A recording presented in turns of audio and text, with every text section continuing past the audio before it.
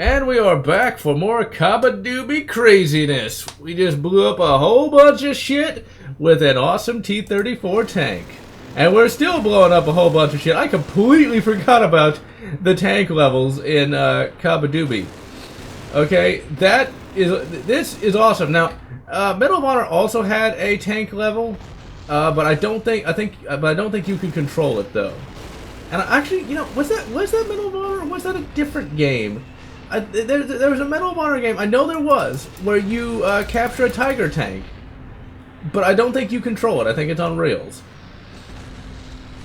But since this came out after Medal of Honor, I'd imagine the tech got a little more advanced. Shit, fucking Panzerfaust. I don't think that would just blow him back a little bit. I think it would completely eradicate him as a human being. Shit. Now, of course, that's a Panzer IV. So unless it's an up-gunned Panzer IV, he'd have a hard time penetrating a T-34-85 in some respects. Still, though, Panzer IVs aren't bad. I think they're pretty cool, but just the Panzer III, man, I don't know what it is about it. It could just be the fact that it's the only tank model I got right now. Although, I actually dug out some old Micro Machine tanks that I had from as a kid. I think I might have mentioned this. The problem is, since the GeneralLotz character is not fully divorced from just me as a human being, the stuff that I tell people also bleeds over to the stuff I say in the videos as well, which is hilarious. But I have some little Micro Machine tanks, but it's weird that how some of that stuff works though, because I've got like a Cobra tank that's an Elephant. For those who don't know what an Elephant is, it's a self-propelled gun from World War II. How Cobra got one, as I thought they were all blown up in World War II, I don't know, but there's a Cobra Elephant.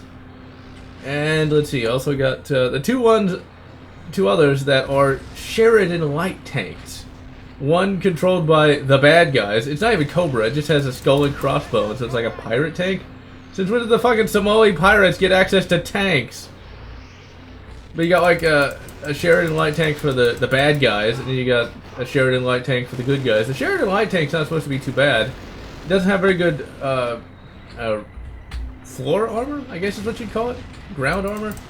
That got blown up by some mines in the Vietnam War, but it's supposed to be a really good tank for airdrops, because it's primarily made out of aluminium, or aluminum, whichever way you want to pronounce it.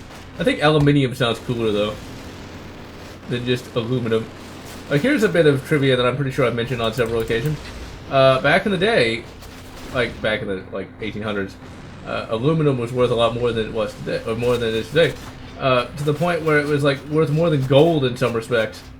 And so the Washington Monument is actually capped with aluminum. Just something to keep in mind. At one time it was a really precious metal, whereas now you got aluminum cans. Or aluminium cans, whichever way you wish to pronounce it. It's kind of crazy just how stuff like that used to be expensive. Hell, in my own lifetime stuff used to be a lot more expensive, like fucking phones. The phones that we all take for granted.